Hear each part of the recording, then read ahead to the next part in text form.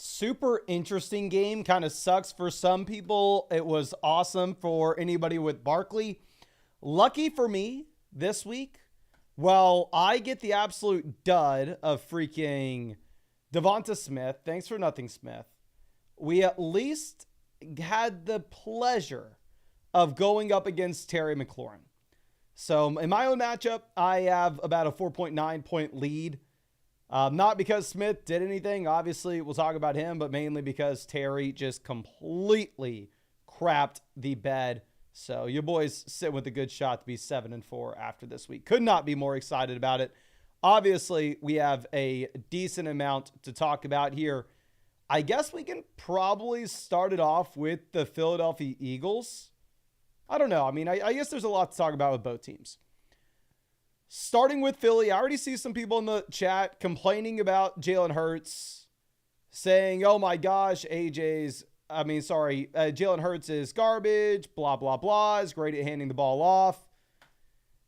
I mean, this isn't that bad of a game from Hurts. For fantasy purposes, obviously, it wasn't phenomenal, where Hurts doesn't have a passing touchdown. Hurts only has 221 passing yards. Not great. But this is why you love the quarterbacks that can run. This is what makes Jalen Hurts such a good asset in fantasy. Because even in the game where Hurts disappoints as a passer, he still goes out and has almost 20 fantasy points in like a garbage performance for him. So if we go and look at our rest of season rankings and I'm seeing Jalen Hurts at 2, I'm not changing that. Hurts already through his bye week as well. I think Hurts is in a really good spot going into the future. You have the rushing upside. There'll be games with passing volume. Obviously, this is not one of those, but I'm not worried about Jalen Hurts whatsoever. I don't think we have to update that. Now, let's move this over to what we have with Philly. I mean, with the running backs. We're already in Philly. Saquon Barkley, there's nothing to discuss. There's nothing to really cry about. Barkley was the number 1 player in my rest of season rankings before the game. He comes out, he drops 33 points off of 26 carries, 146 rushing yards, and 52 receiving yards. So you get 2 touchdowns for Barkley, almost 200 total yards. And this is something that's interesting to think about. I forgot where I heard this being said, but somebody brought it up at the very beginning of the year that you can go through and look at some running backs that change teams and think about where their legacy is going to lie. Where you look at Christian McCaffrey, and when you look back at the McCaffrey career, 99% of people are probably going to think about McCaffrey as a Niner. And he's probably going to go down in history as a Niner rather than a Panther. And at this point, based off the play that you were getting from Barkley, based off the fact that it looks like this is a spot in which the Eagles are really going to be strong contenders. I mean, the Eagles, I know, have gotten a lot of crap, but the NFC is not that strong. And at the same time, the Eagles only have 2 losses all season. The Eagles are Super Bowl contenders. I've been coming into the year. I know a lot of people hated on us for going Bills, Eagles, 2 dark horse teams for the Super Bowl this year. I think it's looking pretty good now. But yeah, Barkley, it looks like his legacy may end up being as a Philadelphia Eagle. And in our rest of season rankings, we already had Barkley at 1 overall. So there's really nothing to update with Barkley. Now, going over to what we have with the receivers. I know it's a crappy game for A.J. Brown. I know it's a crappy game from Devonta Smith. But I just want to be realistic here. What were we expecting? If you had a total of 221 passing yards for Jalen Hurts, it's never going to be a spot where both A.J. Brown and Smith dominate. The passing volume wasn't here, so the receivers weren't that good. Now, maybe you say, well, Mason, that is a concern long-term if the passing volume's not going to be there. But really, this wasn't a football game. I mean, up until the very, very end of the game, the Eagles were winning 26-9. We had A.J. Brown at 3 in our rest of season ranks. If Nico is officially back and Nico looks like he was previously, I'll move A.J. Brown below Nico. But I really don't think we need to be making too many adjustments there. Going down to Devonta Smith, we had Smith at 21. I am fine sliding down Devonta Smith a bit in these rankings. I'm completely fine moving him behind Pickens, moving him behind Higgins. You've had Higgins at practice this week, both on Wednesday, Thursday. Pickens obviously has just been a must-start option every single week. You've had Russ in. And the concerning thing with Devonta Smith is, I mean, if we go through and look at the volume that this man's had, this is a receiver that since he came back from the concussion, you've only had 4, 2, 7, 6, 3, 6 targets. So this is now the 6th week he's been back. And you've had one game with more than 6 targets. Like, the volume's not there. Dallas Goedert is getting some usage. So I think we can very easily move Smith down a bit, where honestly, if you wanted to move Smith behind Flowers, Amari, I'm not going to fault you for it. I actually need to move Thomas ahead of Thomas behind Mooney. But regardless, I think this is a pretty flat tier of wide receiver here, 23 through 26. So you can rearrange this in whatever order you want. But, I mean, they are guys that we'd be looking at matchup to matchup on if you rank them as a wide receiver 2 or a flex play. I don't want to, full-blown panic with Smith and say he's not startable going into the future. He's been the wide receiver 22 so far this season in total fantasy points. That's including him missing the game due to the concussion. So we're going to have him at 23. And it is concerning, though, with how the volume's trending. Going over to Dallas Goedert, obviously was nice to see Goedert have 61 receiving yards in a game in which you don't really have much passing volume from Hurts. Previous to this, I actually think we need to move Evan Ingram down a bit based off how bad the Jags offense is. But we had Goedert down here at 12. I think the way that this is trending, Goddard's probably going to keep climbing in these rankings. The thing with Goedert, of course, is I'm expecting better days going into the future with Brown. I'm expecting better days going into the future with Smith. And obviously, this is an offense, so when they get to the red zone, they're going to be running the ball a ton. Now, going over to the Commanders, maybe there's more that we can update here with the ranks.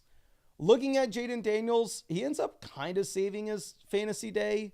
I mean, it was extremely disgusting until the very end. And then, I mean, he maybe, I don't want to say gets there, but he may not be the reason you lose your week. Like, going through and looking at what we have with Daniels, you get the 14 fantasy points. The concerning thing with Daniels, to be honest with you, is this is now back-to-back weeks where we have seen the rushing volume have a sharp drop, where you go early in this season, you have 88, 44, 39, 47, 82, 22, 50, 52, 35 rushing yards. And now this is back-to-back weeks with pretty much career lows with 5 and 18 rushing yards. And if the rushing volume's not there, then you have to view Daniels in a very different light. Where obviously Daniels gets the benefit of the doubt as a passer, because if Daniels is going out there and running the ball for 50 yards, 60 yards, then honestly, if he is just an average passer, he is going to be elite in fantasy. But if the rushing's not there and he's just an average passer,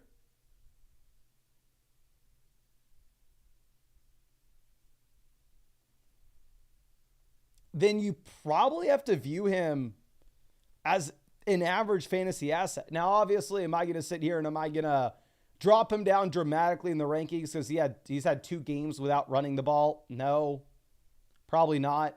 I know he looked very bad, but I think I would definitely rather have Allen ahead of him at this point. Allen, kind of similar rushing volume at this point. I'm a lot more confident with Allen as a passer.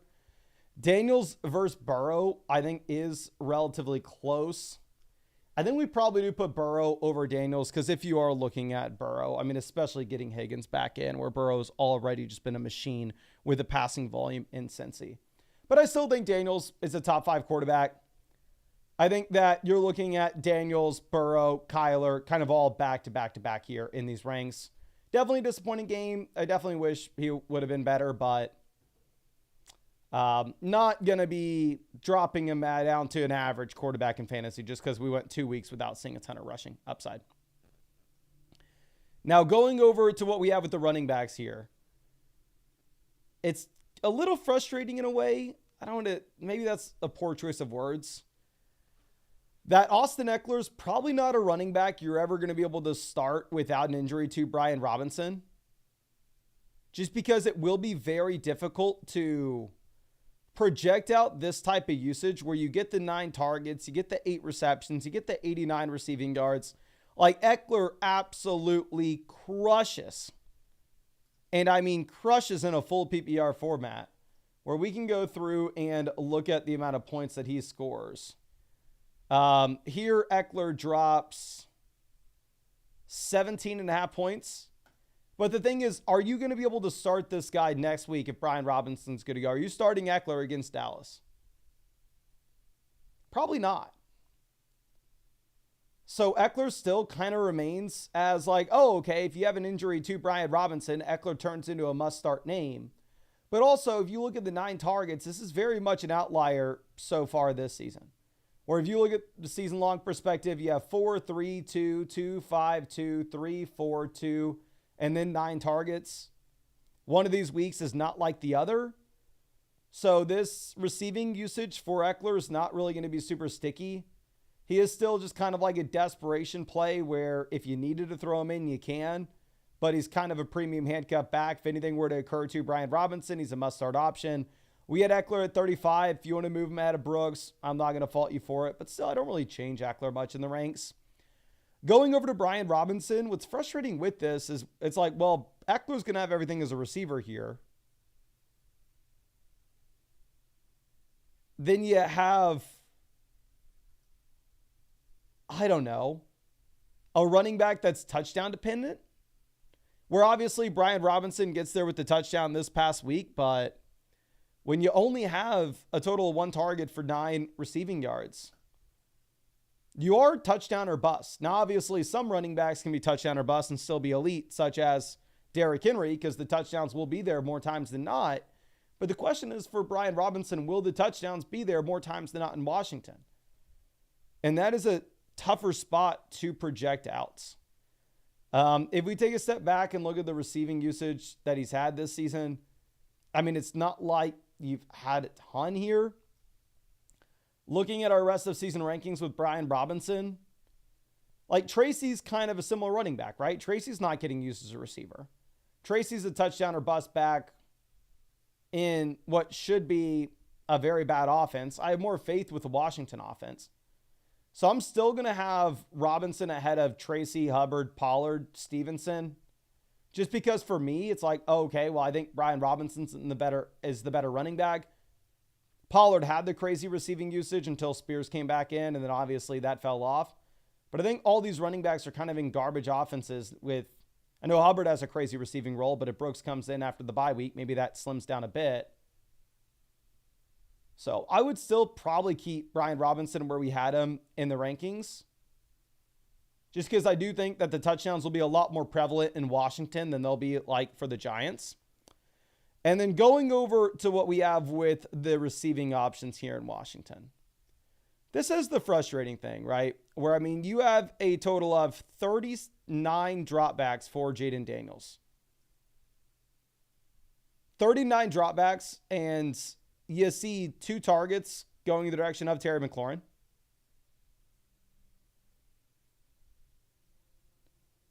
So in terms of how you project out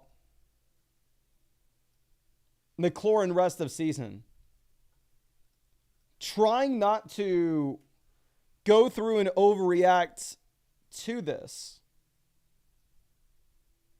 where you are looking at every week before this, outside of weeks 1 and 2, but if we go weeks 3, 4, 5, 6, 7, 8, 9, 10, McLaurin has been a stud. 20, 18, 13, 23, 15, 17, 15, 16. He had been the wide receiver 7 in total fantasy points. Now, obviously, my rest of season rankings, I'm not just going, oh, he's wide receiver 7 in total fantasy points, let me put him at wide receiver 7. No, obviously, you have to try to project out how situations are going to change in the future. And with McLaurin, one thing that was kind of easy to spot is the touchdown rate going down in an offense that should have, a higher touchdown rate going to running backs than average. And obviously the Russian quarterback with Daniels. And if you were looking at McLaurin, he had one game this season with 10 or more targets. So I think that the fact that he was wide receiver 7 so far this season in total fantasy points is not really a good baseline on how to judge him going into the future. So I had Terry McLaurin ranked wide receiver 17 in our rest of season ranks. Like, viewing him versus Jayden Reed, it's like Jayden Reed doesn't have the consistent target volume. And again, all these wide receivers, really 17 through about really 26, are all pretty much the same. So if you wanted to move McLaurin down dramatically, you do you. It's a Thursday night game. It's a random one-off performance where the larger sample doesn't really show that this is a trend by any means. So to be honest with you, I'm probably not going to be moving McLaurin in the rankings after this performance. Absolutely sucks if you played against him. Luckily, I traded him away earlier this year, so absolutely sucks if you played him, but your boy got to play against him, so I'm feeling pretty damn good about that. And then going over to Zach Ertz. Zach Ertz is definitely a tight end streamer that I did not give nearly enough credit to. Once the volume fell off for Ertz, I was like, okay, I guess the party's done. But no, Zach Ertz gets you not only the receiving touchdown, but you get the 2-point conversion. He looks great. He has 7 targets. I mean, outside of Eckler, he leads this team in targets by a decent margin here as well. So if I'm looking at Ertz in the rest of season ranks, I would rather have him. Honestly, why the hell is Cole Kmet this high? Kmet needs to go down. I'd rather have Ertz probably over Taysom in a full PPR format.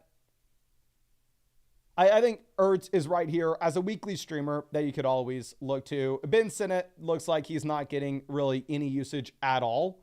And yeah, the catch at the end of the game was insane.